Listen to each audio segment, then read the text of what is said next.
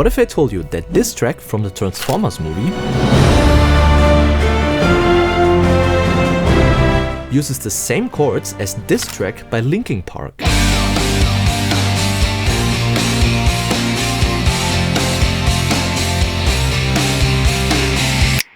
This is just one of many things that I found out analyzing some of my favorite film and game scores. From Inception to Lord of the Rings, from Skyrim to Witcher. I wanted to know, why do film and game scores have this very specific feeling? Is there a difference in the way these composers use chords?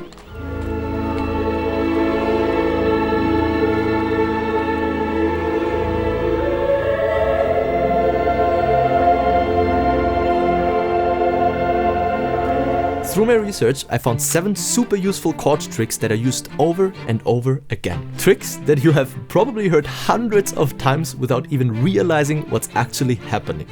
So now, enjoy the video.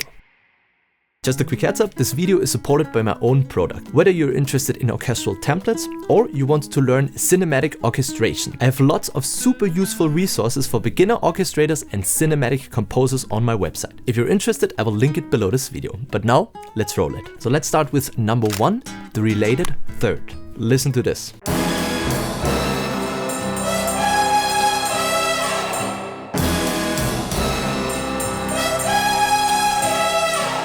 Alright, so let's start with the chords, and just a quick note, this video already assumes that you know what major, minor, and the steps theory and so on is. If you're interested in these topics, I can make a follow-up video, just let me know in the comments down below. Okay, so let's take a quick look at the chords. We're starting in E major, and the second chord is a C major. And this, let me introduce you to one of the probably most used chord tricks in film scoring, is called a related third. So typically when you come up with a chord progression, you firstly start out with your scale. So in the case of Goldfinger, we are in E major. We would use those keys as a starting point for our root position of the chords. So for example, if we play 1, 3, 6, it would sound like this.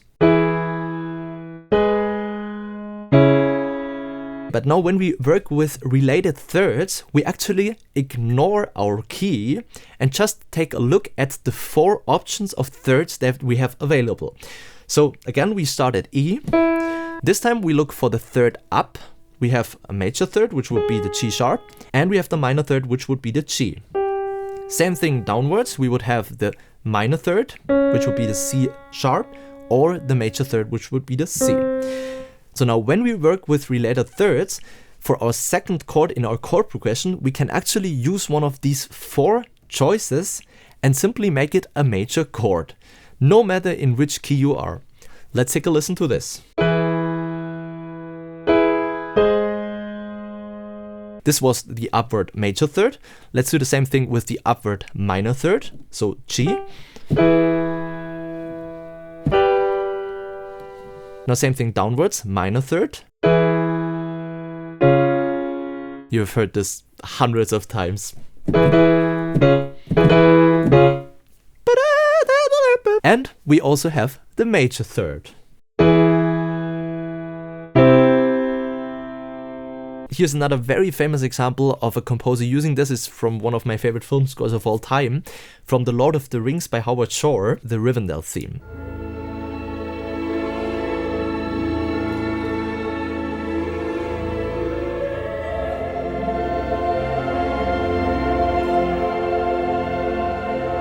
Same thing again, we are starting in A major and we go to F major. Now Howard Shore is also introducing the diminished 6, which makes it sound very like magical. So instead of in A, the F sharp would be our 6th, he is diminishing it to an F, and this way we have this.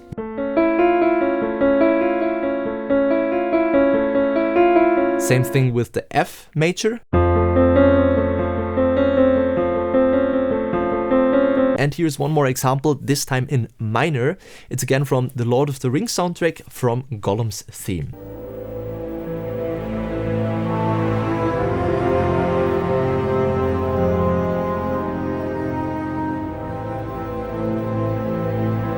So this time we start in A minor.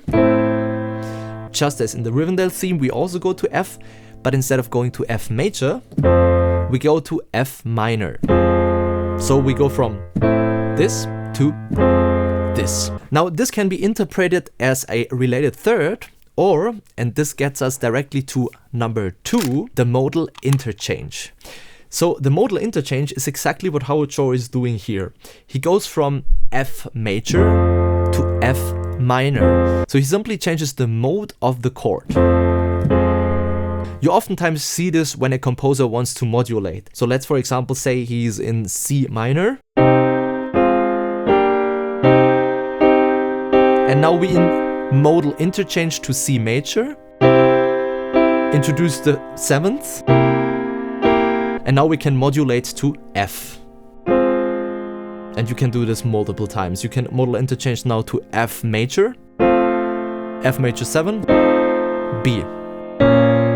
Modal interchange to B, and so on. Now in film scoring, I also found a very prominent example of a modal interchange in the Star Wars score. Take a listen to this.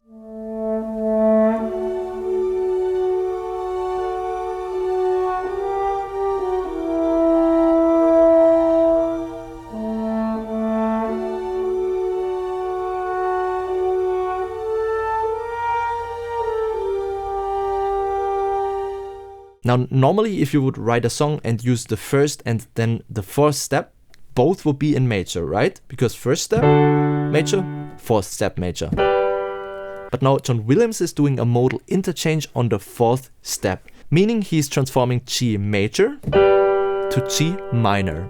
And this is how we get this beautiful kind of mysterious chord progression.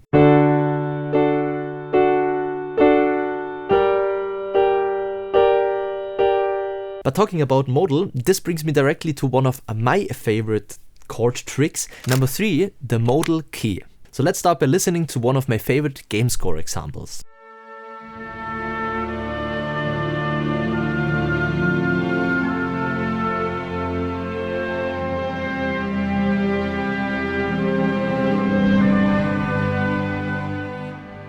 Okay, let's take a look at the chords first. I will always play them in root position for simplicity. D minor, F major, C major, G major. So this is what we call Dorian. And now to understand what Dorian means, we have to take a step back and take a look at modal keys. Just a brief introduction. Let's take C major because it has no black keys. 1, 2, 3, 4, 5, 6, 7. Now if you start your scale from C, you have a C major key. We all know this. If you start from A, using the same white keys only, you have A minor. But now these are only 2 of 7 options that you can actually pick from. And all of these 7 options actually also have names. So this C major is also called C Ionian. Ionian? I don't know. In German we say Ionisch. And if you start from A, this is called Aeolian.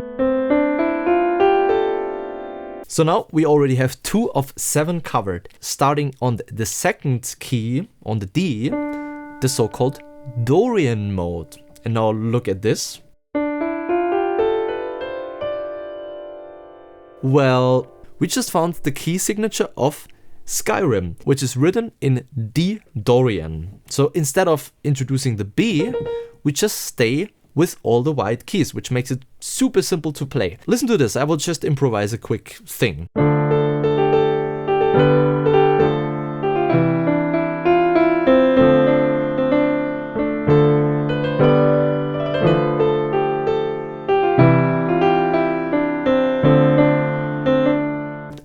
Really sounds cool, right? It's one of my favorite key signatures to write in. But just to make it complete, we have a couple of more modes. We, for example, also have the Phrygian mode, which is this one.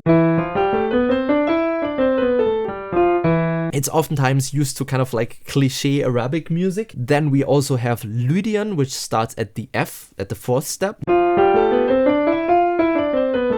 We have Mixolydian.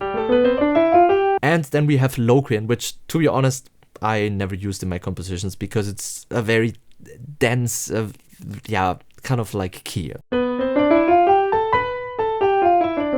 It sounds very dissonant because of this tritone tension. And now let's also take a listen to an example for the Lydian mode.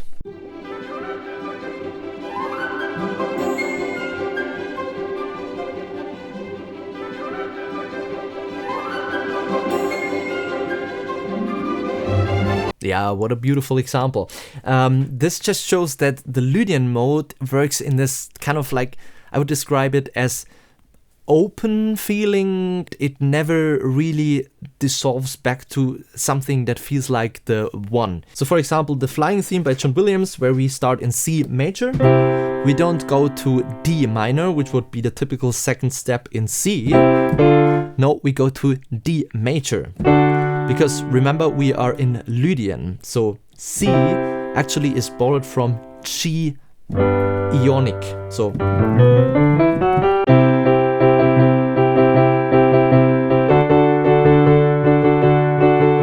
and interestingly enough, this Lydian mode is something that I also found in a score by Hans Zimmer, which brings me directly to chord trick number 4.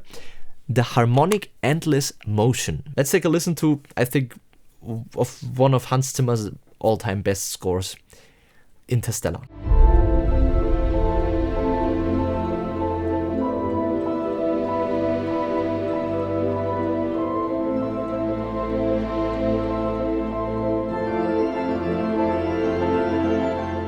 Now let's take a look at the chords. We are starting in F with the F major, so we have the E added. Next we have the G with the E added, which makes it an add 6 or just 6. And then we have A minor. So these are the chords from Interstellar. Back to G, just like this. Alright, and now because we are starting in F, and because Hans Zimmer is always going back to the F, makes it a Lydian mode actually, and which makes it sound as open and as kind of like endless as it does, because it never really dissolves.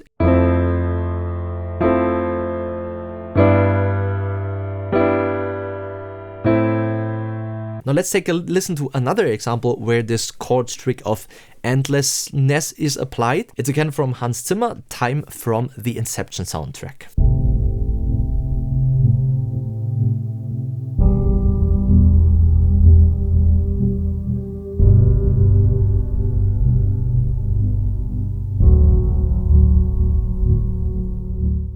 Alright, so let's take a look at the chords. I will again play them in root position. We have A minor, E minor, G major, D major. Again, we are not only using the white keys, even though we are in A. So this means we are again in something modal.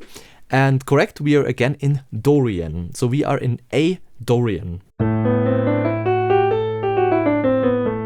And now the reason why this kind of feels endless is not because it's in Lydian, but I think it's because Hans is not using your typical 5-1, but instead he's using a motion that is 4-1.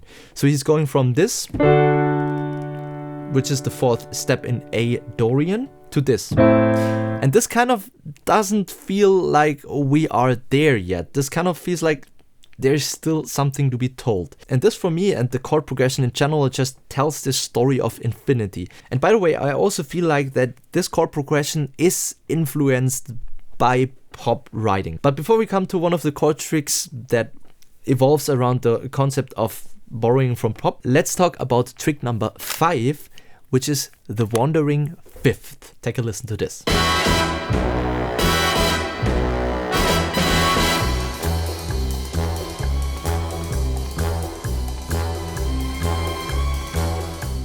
So we're starting in E minor, and the fifth of our chord is the B, over here. Now for the second chord, all the composer is doing, he's using the fifth, moving it a half tone step up, and for the third chord, he's doing it again, and for the fourth chord, he is doing it again, but now backwards. So this is why I call it the wandering fifth, because he's doing this movement. As simple as this.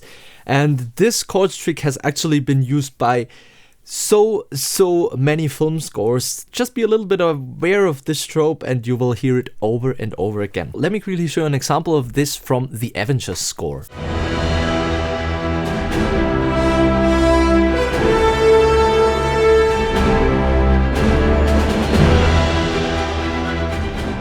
Okay, so how is this connected? Let's take a look at the chords. We're starting in E minor, C major. Now from C major we go to A major as the third chord. So we have this, right? These are the root positions of our chord. Now when we use chord inversions, let's start with E again in root position. Now the second chord C in first inversion. And the third chord A in the second inversion. Aha.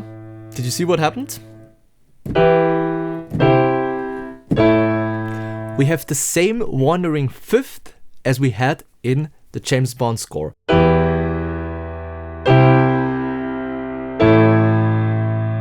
A pretty cool trick, and especially if you want to write heroic kind of music, then this is a trope that you can always use.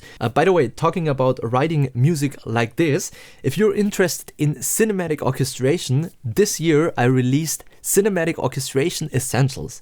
It's kind of a course that I packed everything into that I wish I knew when I started film scoring 8 years ago. It covers everything from setup, instrumentation, orchestration, all the way to mixing and mastering in one very simple course made for beginner orchestrators and cinematic composers. If you're interested, check it out. I will link it below this video. But now let's get to chord trick number 6, the hero cadence. Take a listen to this.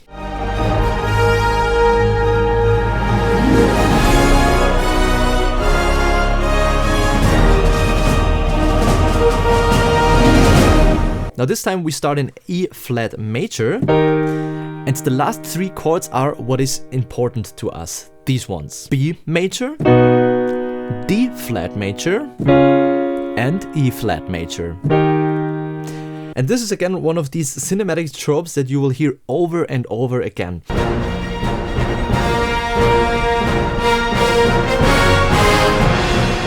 And funny enough, it's again building on a third relationship. So we are in E flat major, so we have a major third down. But now instead of just going back, as we did in the third related ones, we're also introducing this middle one over here, which is D flat major, and then back to E flat major. Let's also show it in C major.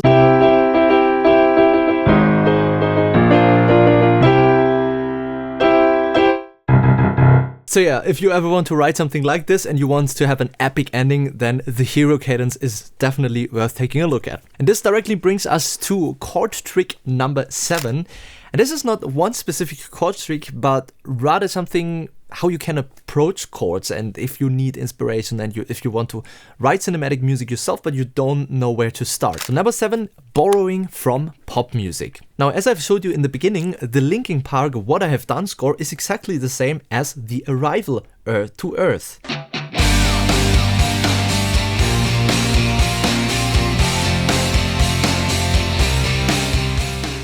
Now the chords are G minor, B flat major, F major, C minor. Let's take a listen to Arrival to Earth.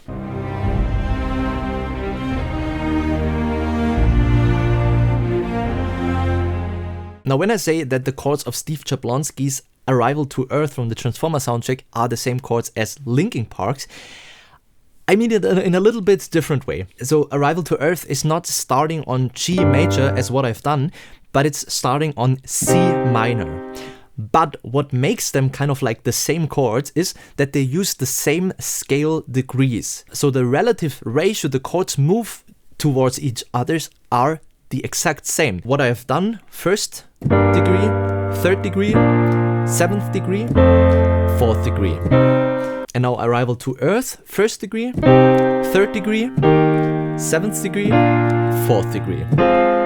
So they are literally the same chords, just transposed into a different key. So this is what we see oftentimes. Composers using pop chords either the same chords or the chords transposed, and then putting them into a new context. Here's another very famous example that uses the exact same scale degrees as What I Have Done and The Arrival to Earth.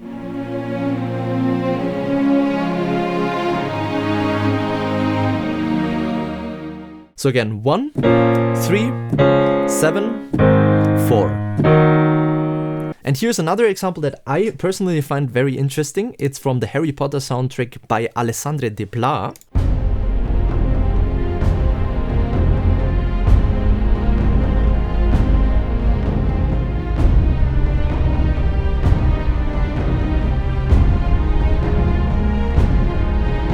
This time we are in F minor and he's starting the same way as we have just heard. So from 1 to 3. But now instead of going to the 7, he is going to the 5th. And this is because this is like kind of an upwards movement, and it should kind of give hope in the movie scene. It's where the statues begin to defend Hogwarts. Pier totum locomotor!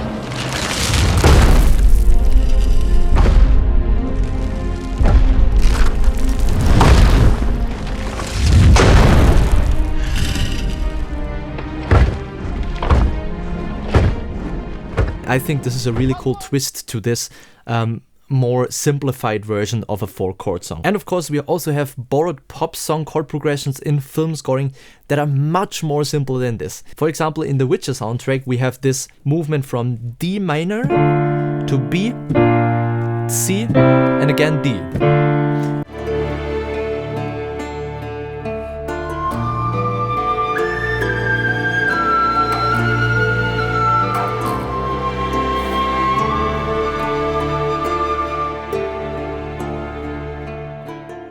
And this is something you have heard in every pop song on this planet.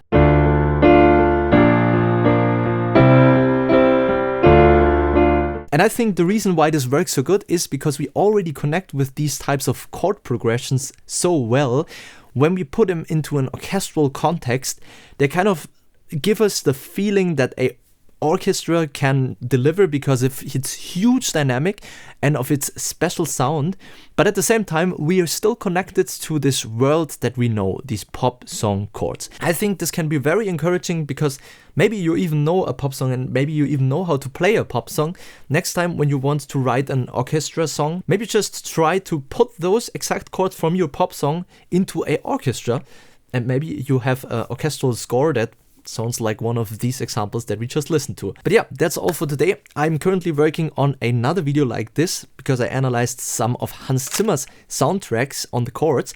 If you're interested in this, maybe I will release it on his channel. Please let me know in the comments down below. Or if you have wishes for any other videos, please also feel free to drop them in the comments down below. If you want to support my work, just watch another video, the one on the screen right now. I don't know, maybe. Thanks so much for watching, and I hope to see you on the next one. Take care.